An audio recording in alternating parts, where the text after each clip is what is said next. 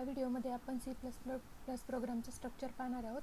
Normally C plus plus program हा चार पार्टमध्ये डिवाइड केलेला असतो. फर्स्ट आहे include header file, second class declaration, third member function and last is main program. पहिल्यांदा असतो इन्क्लूड हेडर फाईल. याच्यामध्ये तुमचं जे काही प्रोग्राममध्ये हेडर फाईल तुम्हाला इन्क्लूड करायचे असतात त्या हेडर फाईल तुमच्या प्रोग्रामचं फर्स्ट जे काही टायटल असतं किंवा फर्स्ट पार्ट असतं तो हेडर फाईलचा असतो. नॉर्मली याच्यामध्ये आपण 2 हेडर फाईल इन्क्लूड करत असतो.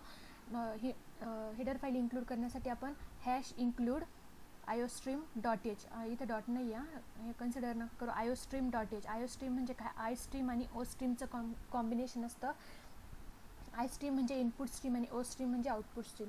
इनपुट आणि आउटपुट रिलेटेड जे काही ऑपरेशन परफॉर्म करायचे असतात हे आयो स्ट्रीममध्ये परफॉर्म केले जातात. त्याच्यानंतर नेक्स्ट आहे #include conio.h console input output header file. Console म्हणजे काय, जे काही तुम्ही स्क्रीनवर जे काही स्क्रीन येते त्या स्क्रीनवर इनपुट ऑपरेशन आणि आउटपुट ऑपरेशन परफॉर्म करण्यासाठी conio.h ही हेडर फाईल यूज केली जाते.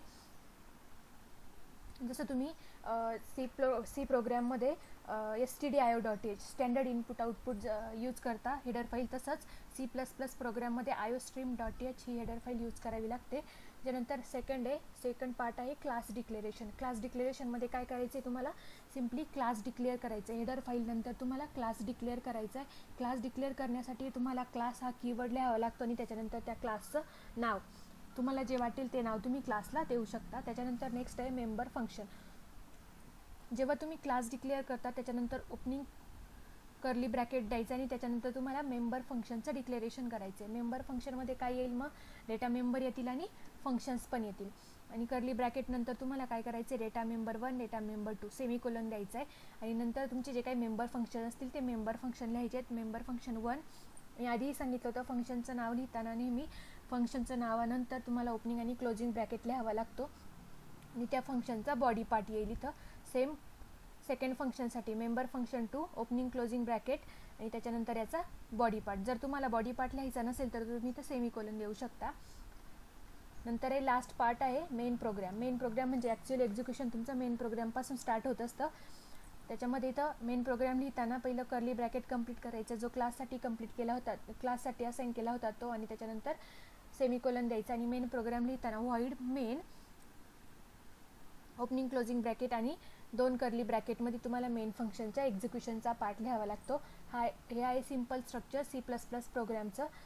ए program is sequence of logically arrange instruction or statement. हे जे काही मेंबर फंक्शन असेल, क्लास असेल, मेन प्रोग्राम असेल, हे जे काही स्टेटमेंट्स आहेत हे आपल्याला लॉजिकली अरेंज करायला लागतात प्रोग्राममध्ये. तेच सांगितले या सेंटेन्समध्ये. Next there are four sections. पहिला सेक्शन पहिला पण इन्क्लूड फाईल, सेकंड पहिला क्लास डिक्लेरेशन, थर्ड पहिला मेंबर फंक्शन आणि फोर्थ मेन प्रोग्राम. आता 1 बाय 1 पाहूया. फर्स्ट आहे include file. Include file is a first section of C plus plus program. First section म्हणजे जेव्हा तुमचा प्रोग्राम स्टार्ट होतो तेव्हा तुम्हाला कंपल्सरी इन्क्लूड फाईल किंवा हेडर फाईल इन्क्लूड कराव्याच लागतात. It includes header file like iostream and conio. ह्या 2 हेडर फाईल तुम्हाला प्रत्येक सी प्लस प्लस प्रोग्राममध्ये इन्क्लूड कराव्या लागतात. इनपुट आउटपुट स्ट्रीम आणि कन्सोल इनपुट आउटपुट ह्या 2 फाईल्स. त्याच्यानंतर सेकंड आहे class declaration. Class declaration in that section declare a class with class keyword. याच्यामध्ये तुम्हाला एक क्लासला नाव द्यावं लागतं आणि तो क्लास हा क्लास या कीवर्डने कन्सिडर करावा लागतो किंवा लिहावा लागतो या सेक्शनमध्ये. नंतर नेक्स्ट आहे member function. In that section declare and define member function which operate on data member. याच्यामध्ये तुम्हाला मेंबर फंक्शन डिफाईन किंवा डिक्लेअर करावे लागतात आणि ते तुमच्या डेटा मेंबरवर ऑपरेट होतील किंवा त्याचे जे काही ऑपरेशन आहे हे ऑपरेशन तुमच्या डेटा मेंबरवर परफॉर्म केले जातील. त्यानंतर नेक्स्ट आणि लास्ट आहे मेन प्रोग्राम. ॲक्च्युअल एक्झिक्युशन तुमचं मेन प्रोग्रामपासून स्टार्ट होतं. Every program that start execution from main function. प्रत्येक प्रोग्रामचं ॲक्च्युअल एक्झिक्युशन हे तुमच्या मेन फंक्शनपासून स्टार्ट होत असतं. हा झाला सिम्पल सी प्लस प्लस प्रोग्रामच्या स्ट्रक्चरचा पार्ट. त्याच्यानंतर नेक्स्ट आहे आपण simple C plus plus program पाहतोय आपण. आता याच्यामध्ये पहा, प्रोग्राम लिहिताना पहिलं C plus plus program structure without क्लासचा प्रोग्राम पाहतोय आपण. कारण मी आधीही सांगितलं होतं सी प्लस प्लस ही लँग्वेज पार्शियली ऑब्जेक्ट ओरिएंटेड आहे, ही फुल्ली ऑब्जेक्ट ओरिएंटेड लँग्वेज नाही आहे. म्हणजे ह्या प्रोग्राममध्ये सी प्लस प्लसच्या प्रोग्राममध्ये आपण कंपल्सरी क्लास क्रिएट करत नाही आहोत. हे विदाऊट क्लास पण एक्झिक्यूट होतात सी प्लस प्लसचे प्रोग्राम आणि विथ क्लास पण होतात. पहिल्यांदा बेसिक आपण विदाऊट क्लास पाहूया. याच्यामध्ये पहा, पहिल्यांदा 2 हेडर फाईल इन्क्लूड केल्यात. #include iostream.h आणि #include conio.h. ह्या हेडर फाईल तुम्हाला प्रत्येक प्रोग्राममध्ये कंपल्सरी डिक्लेअर कराव्या लागतात. त्याच्यानंतर मेन फंक्शन लिहायचे तुम्हाला. व्हॉइड मेन फंक्शन म्हटलं की ओपनिंग क्लोजिंग ब्रॅकेट येईल आणि ओपनिंग क्लोजिंग कर्ली ब्रॅकेट द्यायचं. आणि याच्यामध्ये काय करतो आपण CLR SCR आणि ब्रॅकेट. म्हणजे काय हे CLR SCR हे एक फंक्शन आहे. हे फंक्शन कशासाठी यूज करतो, तुमची जी काही C++ प्रोग्राम आपण रन करताना टर्बोसी यूज करतो. टर्बोसीमध्ये तुमच्या आउटपुटच्या स्क्रीनवर काहीतरी कोडिंग येतं आधी पहा. ते कोडिंग स्किप करण्यासाठी आपण पहिली जी काही आउटपुटची स्क्रीन आहे ती क्लिअर करतो. ती क्लिअर करण्यासाठी CLR SCR ही फंक्शन यूज केलं जातं. त्याच्यानंतर नेक्स्ट आहे cout लेफ्ट शिफ्ट ऑपरेटर आणि डबल कोटमध्ये हॅलो वर्ल्ड. आणि लास्टला काय आहे गेट CH. याचे जे काही प्रत्येक आहे ते लाईन बाय लाईन मी सांगते. पहिल्यांदा प्रोग्राम लक्षात राहू द्या. 2 हेडर फाईल, नंतर main function, opening closing curly bracket. त्याच्या मेन फंक्शनमध्ये आपण काय लिहितोय, पहिल्यांदा स्क्रीन क्लिअर केली, नंतर एक cout लेफ्ट शिफ्ट ऑपरेटर आणि डबल कोटमध्ये एक मेसेज प्रिंट केला आहे हॅलो वर्ल्ड. आणि नंतर प्रोग्राम एंड करण्यासाठी आपण गेट CH यूज करतो. आता प्रत्येक लाईनचं आपण एक्सप्लेनेशन पाहूया. फर्स्ट लाईन काय आपली C++ program structure without class पाहूया. This is the way of commenting the code. म्हणजे ही जी काही लाईन आहे ही लाईन कशासाठी यूज केली आपण, प्रोग्राममध्ये कमेंट देण्यासाठी. कमेंट का, कारण हे 2 स्लॅश आहेत हे तुमच्या C++ प्रोग्राममध्ये कमेंट देण्यासाठी यूज केले जातात. हे जे काही 2 लाईन आहेत त्या सिंगल लाईन कमेंटसाठी यूज केल्या जातात.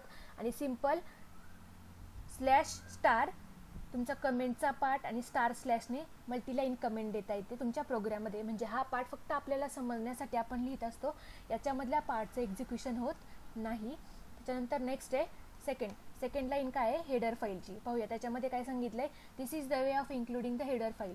या लाईनमध्ये काय केलं आपण हेडर फाईल इन्क्लूड केल्यात. ह्या include iostream.h आणि include conio.h. त्यानंतर नेक्स्ट आहे थर्ड लाईनमध्ये काय दिले पहा, व्हॉइड मेन. आता इथं मेन फंक्शन दिलंय. Every program start execution from main function. म्हणजे ॲक्च्युअली एक्झिक्युशन तुमचं कुठून स्टार्ट होणार आहे, मेन फंक्शनपासून. म्हणजे इथून खाली जो कर्ली ब्रॅकेटमध्ये पार्ट असेल तो एक्झिक्यूट केला जाईल. नंतर फोर्थ लाईनमध्ये काय दिले आपण, कर्ली ब्रॅकेटमधला पार्ट. याच्यामध्ये स्क्रीन क्लिअर केली आणि coutमध्ये एक स्टेटमेंट लिहिलं आणि लास्टला गेट CHने प्रोग्राम एंड केला. पाहूया त्याच्या स्टेटमेंटमध्ये काय दिलं, it includes the body part of program or executable statement. It include body part of program. म्हणजे मेन फंक्शनमध्ये जो काही पार्ट आपण कर्ली ब्रॅकेटमध्ये लिहिला आहे तो बॉडी पार्ट आहे मेन फंक्शनचा or executable statement. Actual execution तुमचं मेन फंक्शनपासून स्टार्ट होतं. म्हणजे तुमचं जे काही एक्झिक्युटेबल कोड आहे तो कशामध्ये असणार आहे, तुमच्या कर्ली ब्रॅकेटमध्ये असणार आहे. हा झाला तुमच्या ह्या प्रोग्रामचा किंवा ह्या कोडिंगचा पार्ट. आता याच्यामध्ये तुमची जी मी आधी सांगितलं क्लिअर स्क्रीनसाठी CLR SCR हे फंक्शन यूज केलं आपण. आता याच्यामध्ये cout लेफ्ट शिफ्ट ऑपरेटर आणि हे जे काय स्टेटमेंट हे कशासाठी यूज केलं पहा, पहिल्यांदा सांगते नंतर डिटेलमध्ये पाहूया. cout हे हा जो काही कीवर्ड आहे किंवा हा जो काही ऑब्जेक्ट आहे हा आपण आउटपुट स्क्रीनवर म्हणजे काही स्टेटमेंट आहे ते स्टेटमेंट प्रिंट करण्यासाठी यूज करत असतो cout. आणि हे जे काही लेफ्ट शिफ्ट ऑपरेटर आहे हे कंपल्सरी आपल्याला cout नंतर ऑपरेटर द्यावेच लागतात. आणि नंतर डबल कोटमध्ये आपण जो पार्ट यूज करू तो पार्ट तुमच्या स्क्रीनवर आउटपुट स्क्रीनवर प्रिंट होत असतो. डिटेलमध्ये पाहूया आपण. Various parts of program. ह्या प्रोग्राममध्ये आपण नंबर ऑफ पार्ट पाहिले ते डिटेलमध्ये पाहूया. हॅश पाहिलं पहिल्यांदा. This sign use for declaration of header file. Header file declare करण्यासाठी आपल्याला हॅश साईनचा यूज करावा लागतो.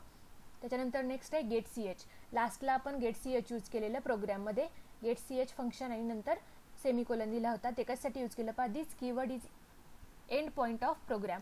जेव्हा तुमचं गेट CH यूज करू तेव्हा तुमचा प्रोग्राम एंड झाला असं कन्सिडर केलं जातं. Which is use to display the output on screen. कशासाठी, तुमचं जे काही आउटपुट आहे ते स्क्रीनवर डिस्प्ले करण्यासाठी. तुमचा प्रोग्राम एंड झाला आणि नंतर आउटपुट स्क्रीनवर डिस्प्ले झालं हे दाखवण्यासाठी आपल्याला कंपल्सरी गेट CH द्यावाच लागतो जेव्हा तुमचा प्रोग्राम एंड होतो तेव्हा. त्याच्यानंतर नेक्स्ट आहे स्ट्रीम इन C++. आता हे स्ट्रीम्स नक्की काय आहेत, आपण iostream ही हेडर फाईल यूज केली. मग ह्या स्ट्रीम काय आहेत नक्की हे पाहूया आपण. C++ support set of functions for performing input output operation is called stream. काय C++ support set of functions. C++ काय करतं, नंबर ऑफ फंक्शनला सपोर्ट करतं for performing input and output operation. Input आणि आउटपुट रिलेटेड ऑपरेशन परफॉर्म करण्यासाठी जे काही functions आपण यूज करतो ते फंक्शन्स C++ या लँग्वेजमध्ये आपण ऑलरेडी असाइन करून ठेवलेले. त्याला काय म्हटलं जातं, स्ट्रीम म्हटलं जातं. There are two types of stream, दोन टाईपचे स्ट्रीम आहेत, एक आहे आय स्ट्रीम आणि second O stream. I stream म्हणजे काय, आय म्हणजे काय इनपुट स्ट्रीम आणि ओ म्हणजे काय आउटपुट स्ट्रीम. ह्या दोन स्ट्रीम आपण यूज करतो. आता याच्यामध्ये बघा I stream, the input stream is a class which handle all input related operation. I stream हा एक काय क्लास आहे. आय स्ट्रीम आणि ओ स्ट्रीम हे दोन्ही पण काय आहेत क्लास. ह्या दोन्ही क्लास कशामध्ये यूज केलेले आहेत आपण, आयो स्ट्रीम डॉट एच ह्या हेडर फाईलमध्ये यूज केलेले आहेत. हे काय दोन्ही पण क्लास आहेत. I stream is a input stream is a class which handle all input related operation. म्हणजे काय आहे, आय स्ट्रीममध्ये सगळे इनपुट रिलेटेड ऑपरेशन्स परफॉर्म केले जातात. C in is a predefine object of I stream class. C in काय आहे, predefine object आहे. I stream काय आहे क्लास, आणि ह्या क्लासचा ऑब्जेक्ट आहे सी इन. हा प्रीडिफाईन ऑब्जेक्ट आहे. प्रीडिफाईन म्हणजे काय, ऑलरेडी डिफाईन करून ठेवलेला आहे, फक्त तो आपण आपल्या प्रोग्राममध्ये यूज करतोय. सी इन असं नाही लिहिता, इथं चेंज करा, सी इन डायरेक्टली लिहितात.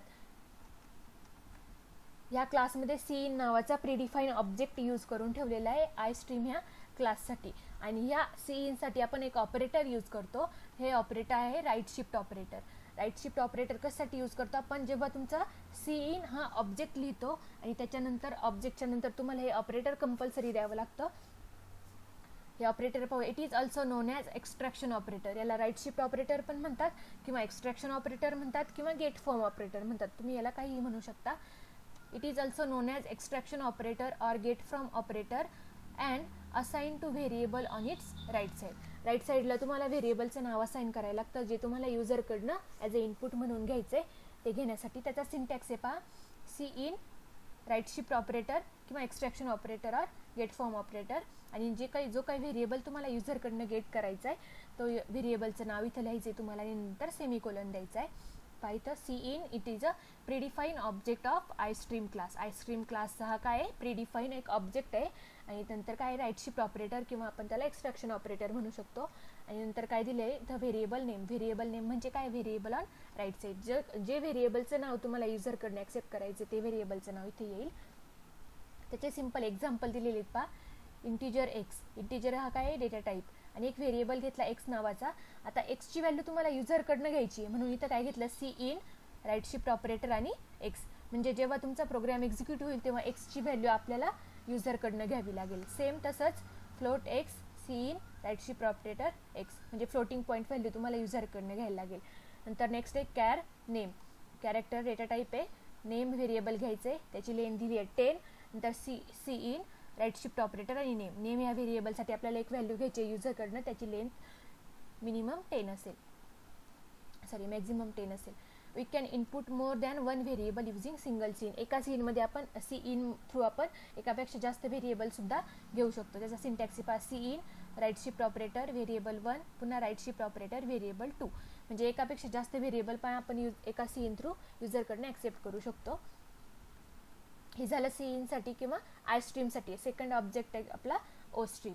आता ओ स्ट्रीम सेकंड क्लास आहे आपला ओ स्ट्रीम. ओ स्ट्रीम क्लाससाठी काय, output stream is a class which handle all output related operation. जसं इनपुट आय स्ट्रीम हे इनपुट रिलेटेड ऑपरेशन परफॉर्म करण्यासाठी यूज केलं जायचं, तसंच ओ स्ट्रीम क्लास हा आउटपुट रिलेटेड ऑपरेशन परफॉर्म करण्यासाठी यूज केला जातो. याच्यासाठी ऑब्जेक्ट आहे C out. C out it is a predefine object of O stream class. जसं सी इन हा आय स्ट्रीमसाठी प्रीडिफाईन ऑब्जेक्ट होता, तसं सी आउट हा ओ स्ट्रीम क्लाससाठी प्रीडिफाईन ऑब्जेक्ट आहे.